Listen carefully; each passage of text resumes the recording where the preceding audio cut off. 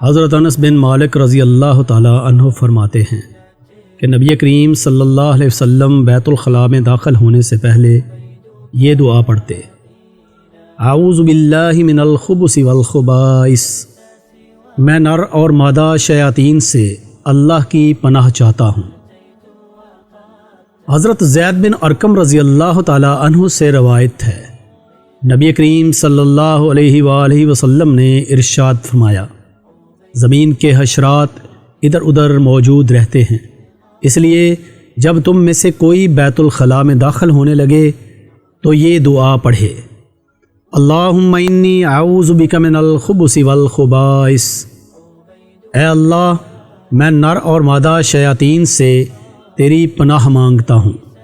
حضرت عائشہ رضی اللہ تعالی عنہ فرماتی ہیں کہ نبی کریم صلی اللہ علیہ وآلہ وسلم جب بیت الخلاء سے باہر تشریف لاتے تو یہ فرماتے: غفرانک، اے اللہ میں تجھ سے بخشش کا سوال کرتا ہوں۔ حضرت طاؤس روایت کرتے ہیں کہ نبی کریم صلی اللہ علیہ وآلہ وسلم نے ارشاد فرمایا: جب تم میں سے کوئی بیت الخلاء میں داخل ہونے لگے تو یہ کہے: الحمدللہ الذی اذھب عنی ما یؤذینی وامسک علی ما ینفعنی، تمام تعریفیں اس اللہ کے لیے ہیں جس نے مجھ سے تکلیف دہ چیز کو دور کر دیا اور مفید چیز کو مجھ میں باقی رکھا۔